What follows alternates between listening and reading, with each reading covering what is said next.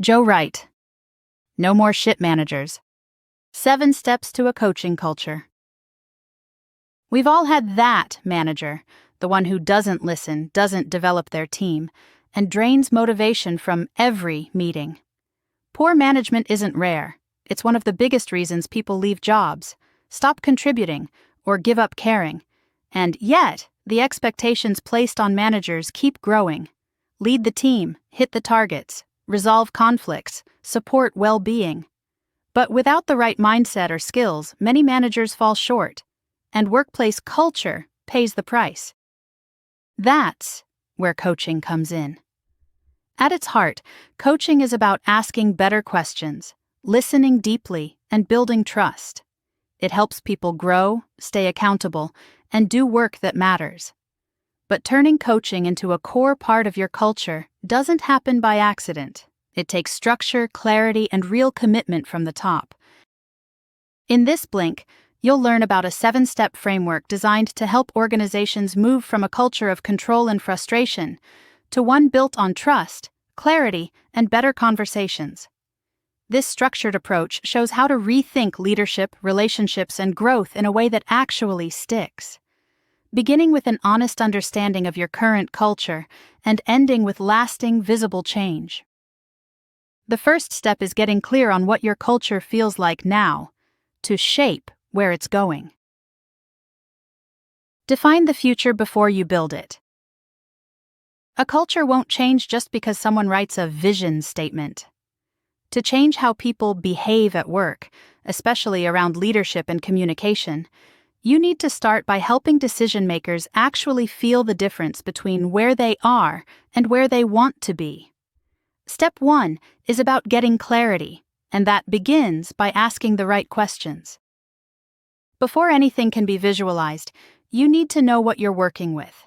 That means getting honest answers to what it really feels like to work in your organization right now. What behaviors are normal? What do people avoid saying? How much do they trust their managers? You won't find this in a dashboard. The best place to start is listening through group conversations, one-on-one discussions, or simple observational work. Metrics like turnover, absence, and feedback can support what you hear, but the goal is to understand the emotional climate, not just the numbers. Take the case of the Institute of Occupational Medicine. Faced with low trust, no succession planning, and a stagnating culture, their Director of Performance, Culture, and Delivery, Michelle Reed, recognized the urgent need for change. She began by collecting honest feedback from staff and sharing it directly with the board, sparking uncomfortable but necessary conversations. Rather than jumping to quick fixes, Reed took a different approach. She asked leaders to imagine a future in which they'd earned a coaching award and were hearing praise from both employees and clients.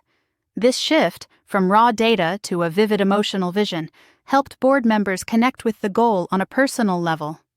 That emotional resonance sparked genuine commitment and laid the groundwork for real, lasting transformation. This kind of process moves thinking from the abstract to the concrete. It creates emotional engagement and invites creative problem-solving. And when leaders experience this shift themselves, they're more likely to support and model it for others. Once that emotional connection is in place, the conversation naturally evolves. What would it take to make this vision a reality? That's where strategy begins. Build a strategy that people can actually use. Once the destination is clear, step 2 is about deciding how to get there. This is where many organizations fall into trouble. They mistake activity for progress. Without a clear strategy, change efforts drift, leadership messages conflict, and people quietly stop paying attention. A strategy for building a coaching culture needs to be both ambitious and believable. Most of all, it needs to make sense to the people expected to deliver it. This step is about connecting the dots between vision and behavior. That means defining what success looks like in a way that goes beyond numbers. It needs to reflect how people will act differently and what kind of working environment you're building. If the vision gives people direction, the strategy gives them traction. One practical approach is mapping a simple from 2 model. Start by naming the behaviors, mindsets, or conditions you want to leave behind, and what you want instead. The more real it feels, the more useful it becomes. That's exactly what the housing association, Silva Homes, did. They brought their strategy to life by involving leadership in translating company values into day-to-day actions. When one executive initially pushed back, it forced a deeper look into what the values actually meant and how they were being lived, or ignored. That confrontation turned out to be one of the most useful parts of the process, because it helped turn abstract ideas into shared commitments. This stage is about making sure your plan feels credible, that it matches what people already know about the company, and that it can be tested and refined. Once your strategy is clear and aligned with reality, you can start bringing people into it. And that's where the next step, engaging the wider organization, comes in. Get people talking about why it matters. Even the best strategy can fall flat if nobody connects with it. Step 3 is about building energy and buy-in across the organization, making space for people to talk about what the change means for them. Because when people don't feel informed, involved, or inspired, they don't resist. They disconnect. That's how you end up with workplaces full of people who aren't exactly unhappy, but aren't fully present either. They're just going through the motions, half in, half out. The mistake many leaders make is jumping straight from planning to rollout. Decisions are made behind closed doors, and before anyone's had a chance to ask a question, an email appears in their inbox or a training invite drops into their calendar. And then people are surprised when no one's enthusiastic. If the goal is to create a coaching culture, communication has to feel different from the start. That means clear, honest messages, repeated often and adapted for different audiences. But more importantly, it means two-way conversation, giving people a chance to reflect, respond, and contribute. The most effective approach is structured and human. Build a real engagement plan that combines formal communication with informal conversation. Ask managers to sit down with their teams to have open discussions. Use workshops, one-on-ones, and team meetings to ask questions that get people thinking. What does this change mean for you? What's exciting, what's worrying, and what support do you need? To keep momentum going, recruit coaching champions. People who are genuinely enthusiastic and want to help spread the message. Support them, connect them to senior sponsors, and give them real visibility. Over time, the message will shift from being pushed out to being pulled in, because people will want to be part of what's happening. And once that interest is sparked, it's time to focus on growing the skills to act on it. Build the confidence to coach effectively. The enthusiasm created by strong communication won't last if people don't feel ready to do anything with it. That's why step 4 is about growing capability. If you want a coaching culture to thrive, the people inside it need to know what coaching actually looks like, and more importantly, how to do it well. You don't have to turn managers into professional coaches. It's about helping them grow the practical skills and confidence to have better conversations. Too often, leadership development is abstract. People sit through training and leave without knowing how to apply what they've learned. What works better is experience-based learning, where people practice real conversations and reflect on what it feels like to coach rather than command. That means less theory, more listening, more asking questions, and more building trust through small, consistent behavior shifts. One company that embraced this approach successfully was the IT firm Kainos. Instead of relying on one-off workshops or surface-level modules, they committed to a longer-term strategy. Leaders were given the time and space to build coaching habits gradually, with an emphasis on curiosity, active listening, and stronger relationships. The result wasn't just improved skills, it was a noticeable boost in team engagement and trust. The key takeaway: make learning bite-sized and relevant. Not everyone starts at the same level, and that's okay. What matters is creating opportunities for people to practice, reflect, and see their progress. It also helps to establish a shared language around coaching, so teams can align on what good looks like and support each other in getting there. As people begin to apply these skills in real conversations, something meaningful happens. The culture starts to shift, and that shift lays the essential foundation for the next phase, rethinking how performance itself is managed. Make space for coaching to become the norm. After people start building their skills, the next challenge is creating the conditions for those skills to be used consistently. Step 5 is about removing the friction. Coaching doesn't thrive in an environment where everyone is overloaded, racing through tasks, or stuck in rigid routines. For meaningful change to take hold, there needs to be space, physically, mentally, and culturally, for better conversations to happen. This step is about shifting the organization from pressure to permission. That means normalizing time for reflection and relationship building, not just task delivery. One simple but effective tactic is reviewing team rituals. Instead of meetings that focus only on updates, teams can create regular check-ins that prioritize trust, well-being, and curiosity.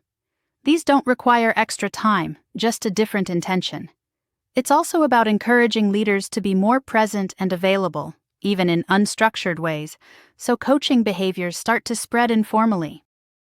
Rochdale Borough Council, a local authority in Greater Manchester responsible for public services and community well-being, introduced coaching habits to their leadership team. They noticed a clear gap between training and application. Managers were supportive in theory, but weren't consistently making time for coaching in practice. The shift came when leaders openly acknowledged this and committed to role modeling more reflective conversations, even during busy periods. That signal, combined with peer support and public follow-through, helped set a new tone across teams. There's also power in creating visible encouragement. Highlighting progress, celebrating small examples, and asking leaders to share their own efforts all help build momentum. People notice what's being reinforced, and they adjust their behavior accordingly. Embedding a coaching culture means making it easier to work better. Once the environment supports these behaviors, it becomes natural to align them with how performance is evaluated and developed. That's what the next step begins to shape. Make performance conversations worth having. Once coaching behaviors start to feel embedded in daily work, it's time to look at how they influence performance. Step 6 focuses on aligning performance management with a coaching approach, because when outdated systems stay in place, they quietly undermine the new culture. Traditional models are often tied to fixed cycles, generic forms, and uncomfortable review meetings. They feel forced, one-directional, and rarely meaningful. To make real progress, performance conversations need to reflect how people actually work and grow. This step is about moving from process to purpose.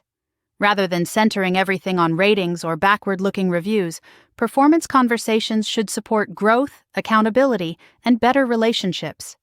That means more frequent check-ins, honest feedback, and coaching-style questions that help people reflect and set meaningful goals.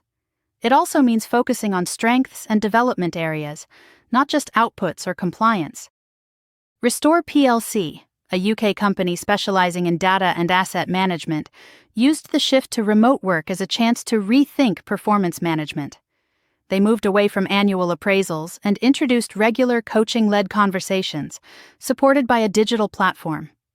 What started in one business unit quickly gained momentum as others saw the benefits. Instead of forcing adoption, leaders built interest through real use and visible results. The change made performance reviews feel more relevant, consistent, and people-focused.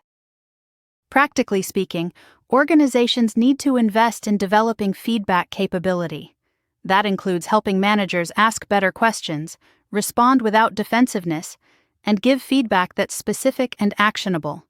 It also involves supporting employees to reflect, speak up, and take charge of their own progress.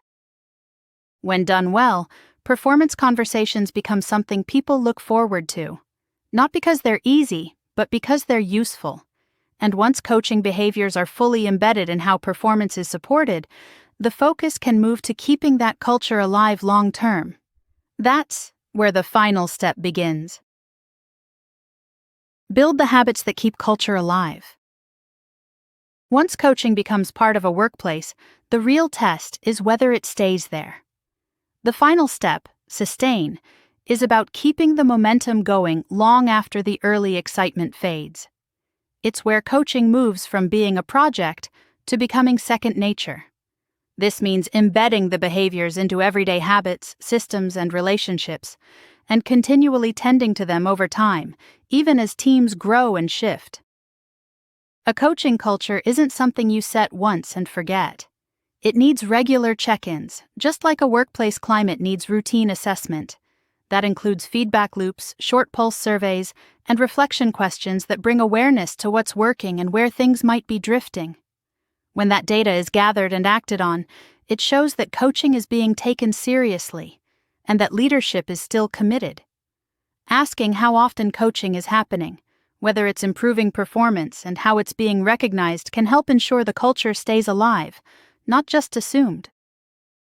At the same time, leading by example matters.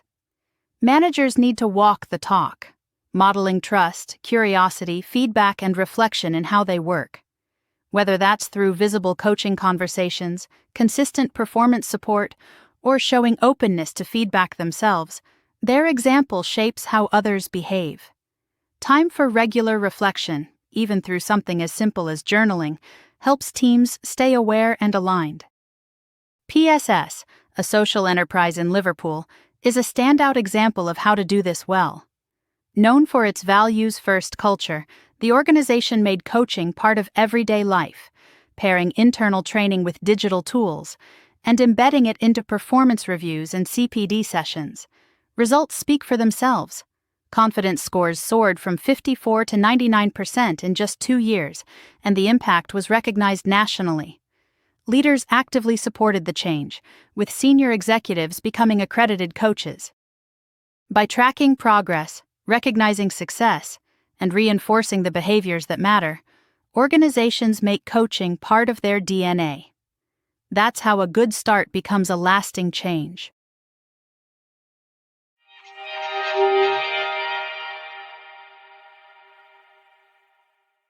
The main takeaway of this blink to No More Shit Managers by Joe Wright is that building a coaching culture isn't about grand gestures.